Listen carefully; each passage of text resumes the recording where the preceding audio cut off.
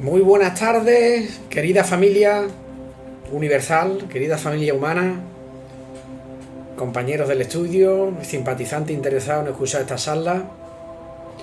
El tema de hoy, que es otro de los pilares de estudios fundamentales del estudio espiritista, es el tema, se podría decir, para la mayoría de las religiones, escuelas filosóficas, de corrientes de pensamiento. Diríamos que es el tema central, el tema que muchas de estas escuelas y religiones comparten, aunque cada una a su manera. Y es el tema de Dios o la divinidad, como se le quiera llamar, ¿no? Que cada uno lo llame como quiera, que cada grupo o cada asociación o religión le otorgue su nombre, un nombre, pero sin darle, diríamos, unas interpretaciones humanas, que es una de las cosas que siempre ha ocurrido en la humanidad. El hombre ha intentado darle las características suyas del ser humano, la ha querido reflejar en esa divinidad, ¿no? Por ejemplo, uno de los errores muy común de las religiones, que no tengo ninguna intención de, diríamos, de juzgar o de criticar o de cuestionar a la idea que tiene estas religiones sobre Dios, pero sí es verdad y es un hecho inevitable, y por eso también se ha confundido mucho las cosas y se ha negado también la idea de Dios por parte de la imagen que se le ha otorgado, ¿no? Por ejemplo, cuando se le ha querido representar como un Dios vengativo o un Dios en un trono sentado, contemplando a sus seres, a ese planeta habitable.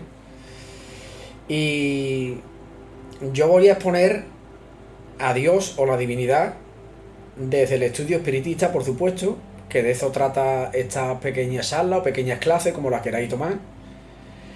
Y voy a pronunciar algunas preguntas del libro de los espíritus, porque el libro de los espíritus, que es el primer libro, como he mencionado en otros vídeos anteriores, el libro de los espíritus es el primer libro de la codificación espiritista, el libro primero, que consta de 1009 preguntas, si no recuerdo mal, 1000 y algo. Y el libro empieza, las primeras preguntas, empieza precisamente preguntando por Dios.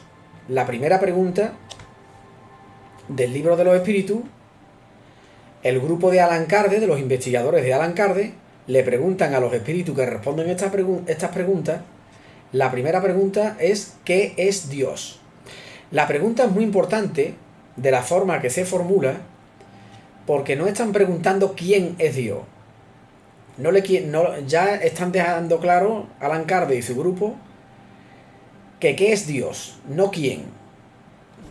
Porque si preguntas quién, ya se le está otorgando una identidad a ese concepto del que estás preguntando, ¿no? Entonces la primera pregunta del libro de los espíritus, pregunta ¿qué es Dios? Y la respuesta que ofrecen los espíritus mensajeros dice: ¿qué es Dios? Dios es la inteligencia suprema, causa primera de todas las cosas. Dios es la causa de todo, ¿no? De toda la existencia. No se está preguntando quién es, si es un individuo, si es un personaje, simplemente qué es, para hacernos una idea. Es la inteligencia suprema, absoluta, causa primera de toda la creación, esa fuente que lo ha creado todo, ¿no? El problema o la incógnita es que nosotros no, además que en preguntas posteriores lo dicen los espíritus, que nos faltan capacidades de desarrollo, nos falta un sentido, nos falta, diríamos, evolución para comprender esa divinidad. Dicen los espíritus que únicamente nosotros, por ejemplo, en la escala evolutiva en la que estamos, podemos sentir a Dios cuando hacemos el bien, cuando ayudamos a las personas, cuando nos alegramos de lo bueno, cuando hacemos un esfuerzo por ser menos rencorosos o menos egoístas. Ahí pues se podría decir, en cierto sentido, que sentimos a Dios, que estamos con Dios interiormente, ¿no? En un nivel amoroso, en un nivel de sentimiento.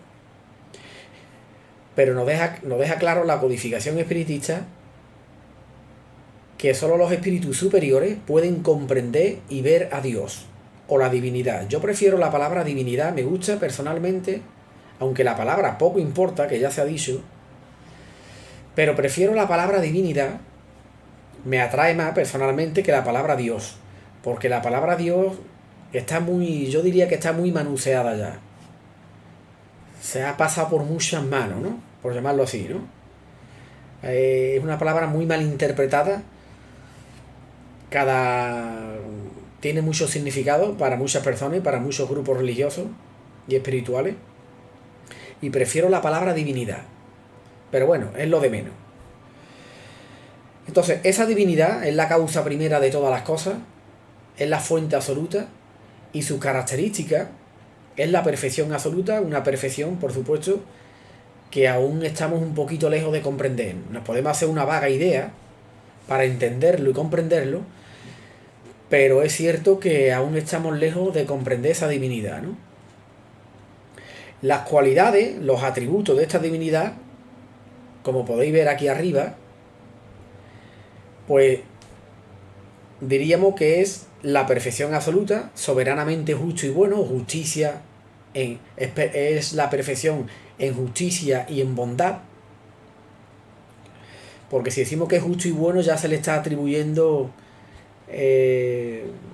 diríamos, descripciones masculinas, ¿no? Entonces decimos que es la bondad, la perfección absoluta, ¿no?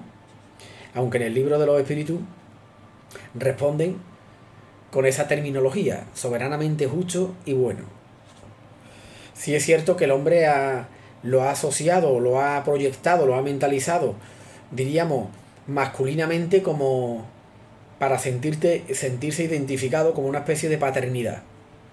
Podría decirse que Dios es padre y madre de todos. Tiene las cualidades de un padre, tanto de un padre como de una madre, ¿no? Pero vamos, esto es una forma de representarlo porque Dios no tiene sexo, lógicamente, evidentemente. No podemos sexualizar la idea de Dios, aunque se ha intentado en un pasado histórico. En la segunda pregunta del libro de los espíritus tenemos, ¿qué debe entenderse? Bueno, dice, ¿qué debe entenderse por lo infinito? Lo que no tiene principio ni fin, lo desconocido, porque todo lo desconocido es infinito. Se refiere hacia lo infinito, no hablando en un sentido de espacio, sino que es desconocido. Ellos responden por infinito, asocian infinito, los espíritus responden por lo infinito como desconocido. No con una descripción, con un significado de espacio, sino de desconocido. Aquí viene ya la tercera pregunta, que vuelve a pregunta de Dios. ¿Podría decirse que Dios es lo infinito? Definición incompleta. Pobreza del lenguaje de los hombres, insuficiente para definir las cosas superiores a su inteligencia. Se está respondiendo aquí claramente que nuestro lenguaje, nuestra terminología, nuestros conceptos de definir las cosas es todavía muy incompleto, muy corto para alcanzar esa comprensión íntima de la divinidad. La definición es incompleta. Pobreza del lenguaje de los hombres, ¿no? Insuficiente para definir las cosas superiores a nuestra inteligencia. Quiere decir, las cosas que sean en inteligencia superior a lo que podemos comprender a nosotros, pues ese lenguaje es insuficiente. Nuestro lenguaje, nuestros conceptos es insuficiente. Nos faltan esas capacidades, como estaba comentando antes, para comprender esa divinidad, ¿no? Después, las preguntas siguen porque el tema de la divinidad tiene aquí unas cuantas preguntas. Las cualidades que aquí, por ejemplo, se menciona, inmutable, que no se puede dividir. Dios es un ser, diríamos, una unidad. No se divide, no es parcial. Es imparcial, es total, totalitario. Inmaterial, la divinidad o Dios no es material. Es inmaterial. Único. Dice, porque si hubiese varios dioses, no habría ni unidad de mira ni unidad de poder en el ordenamiento del universo.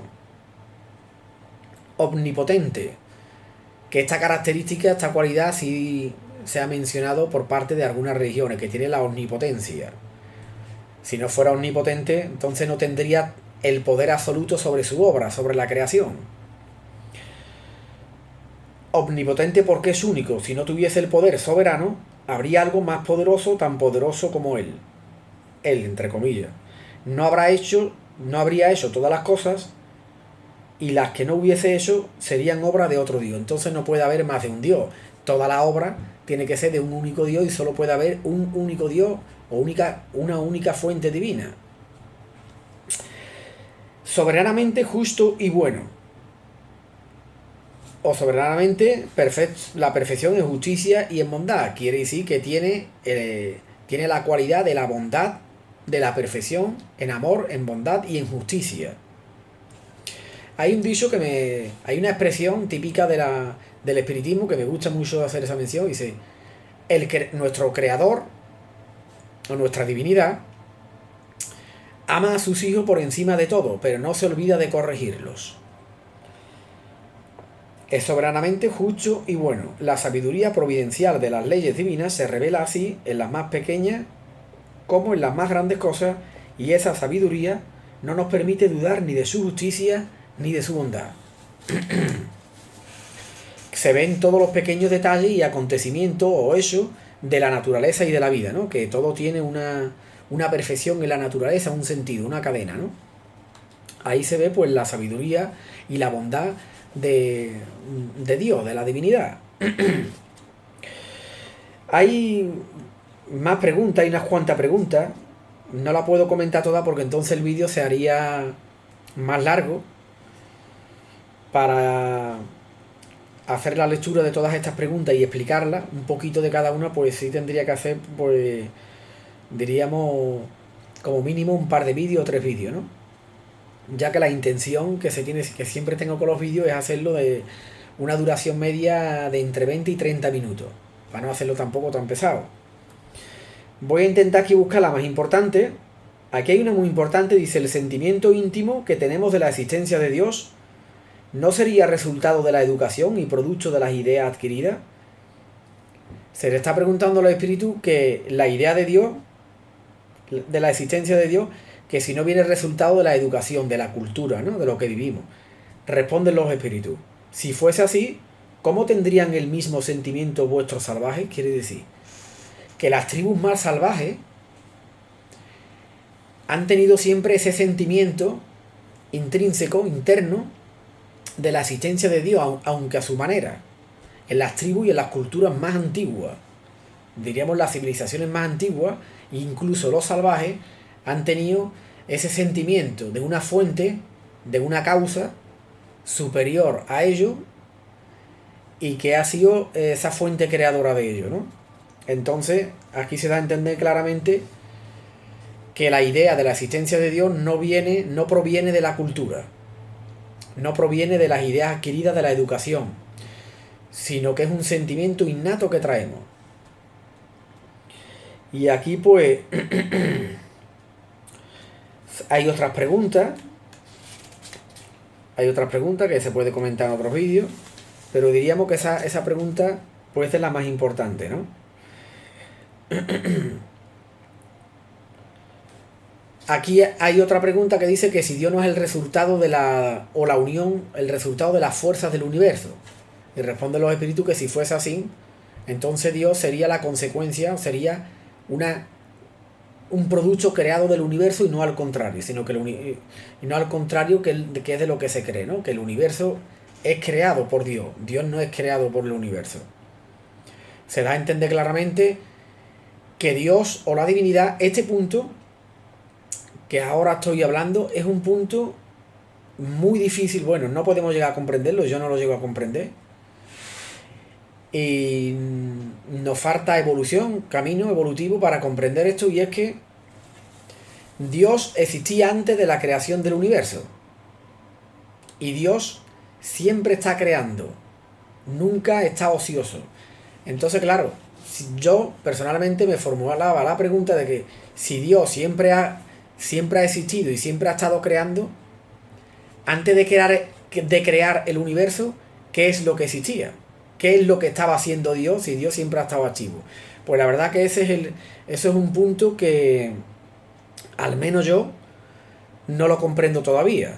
Si vosotros tenéis alguna idea o alguna opinión personal o alguna sugerencia, la podéis comentar, la podéis escribir aquí abajo en la barra de los comentarios, por supuesto.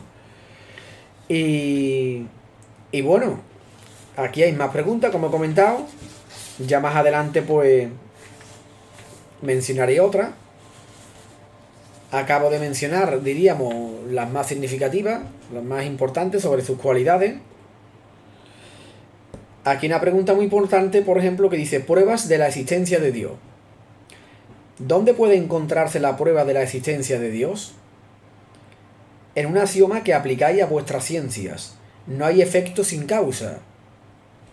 Buscad la causa de todo lo que no es obra del hombre y vuestra razón os responderá. Se dice que si la ciencia, la misma ciencia nuestra, dice que todo efecto tiene que tener una causa, lo que dice el estudio espiritista es que todo efecto inteligente, como es la obra de la vida, tiene que tener una causa inteligente. Eso es muy razonable, esa respuesta.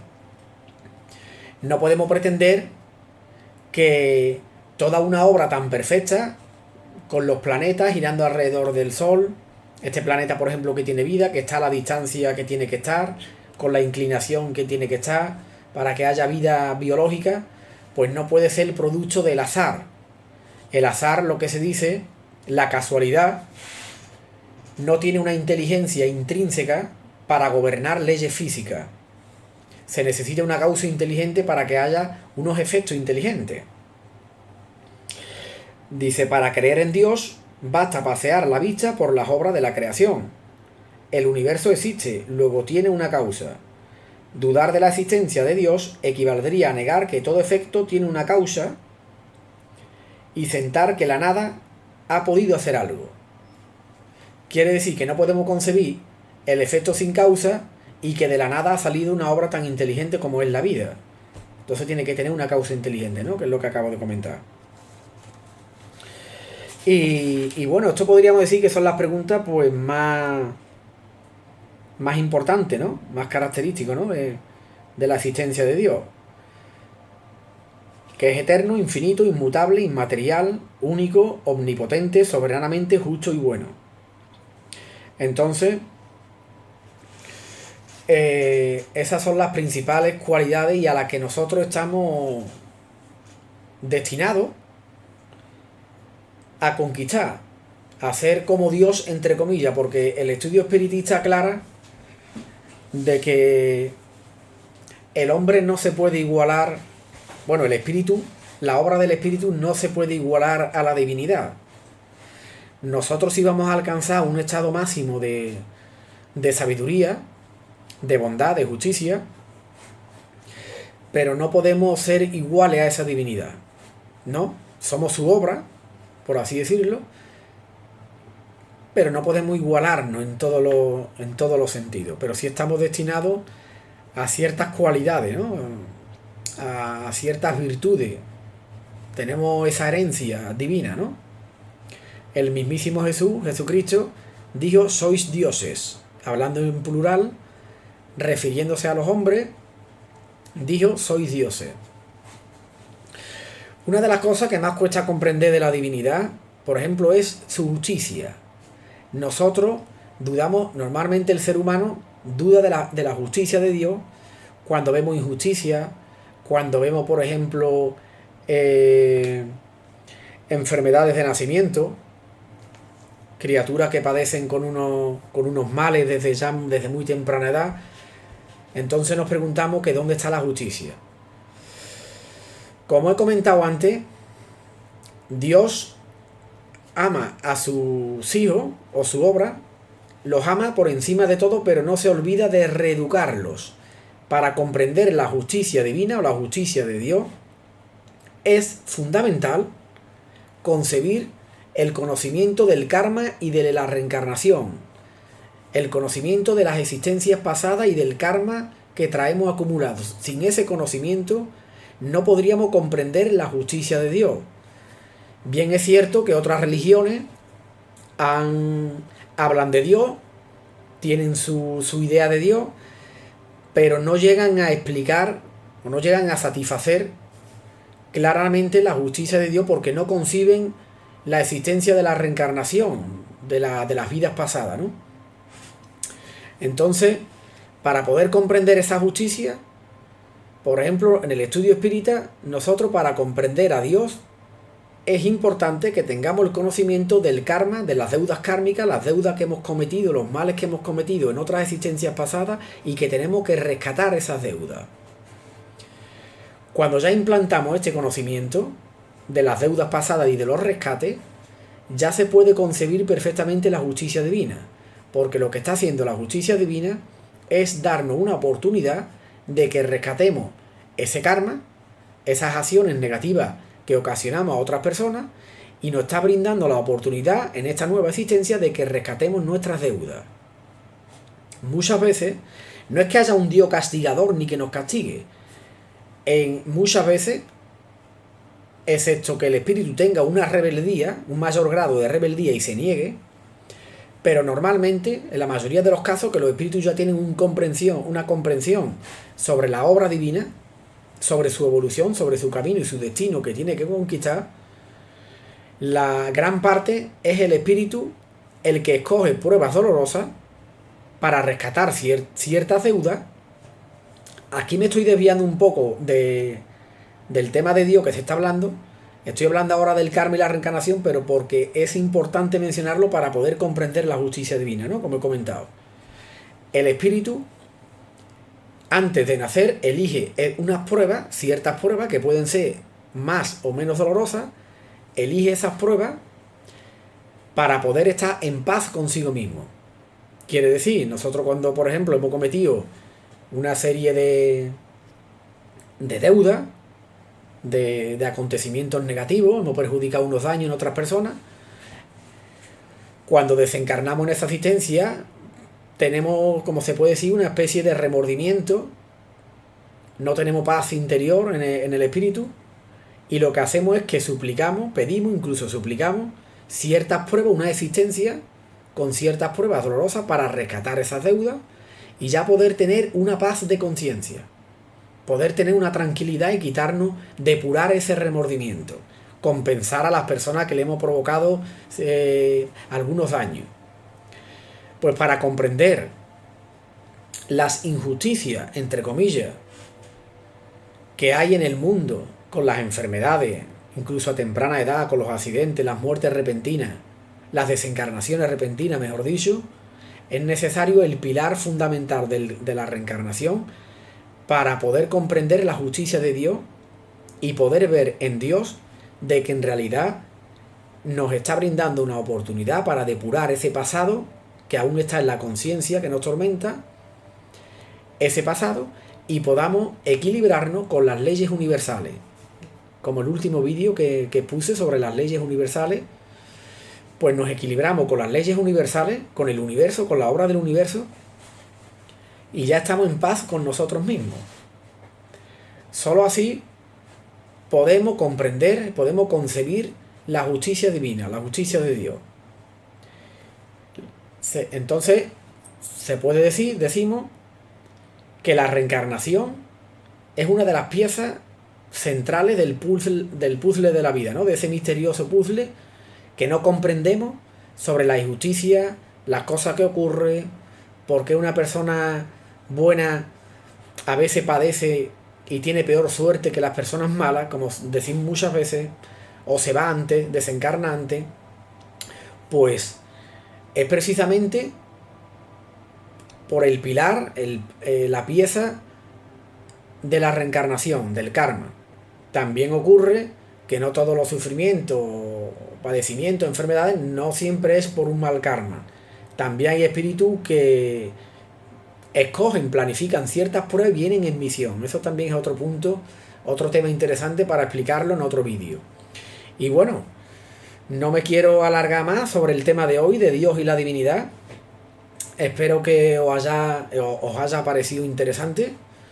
Y nada, siempre os repito lo mismo una vez más, que cualquier pregunta, sugerencia o cualquier cosa que queráis compartir, pues tenéis la barra de los comentarios. Os podéis suscribir al canal, darle a la campanita para que os salgan las notificaciones de los vídeos que vaya subiendo. Y nada más que añadir. Gran familia, que paséis una buena semana, que tengáis un buen día hoy. Y nada, un fuerte abrazo. Hasta la próxima.